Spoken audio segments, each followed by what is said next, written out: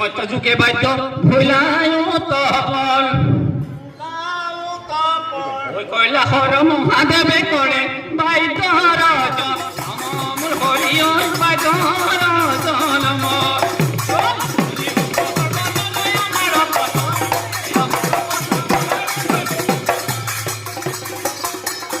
এতিয়া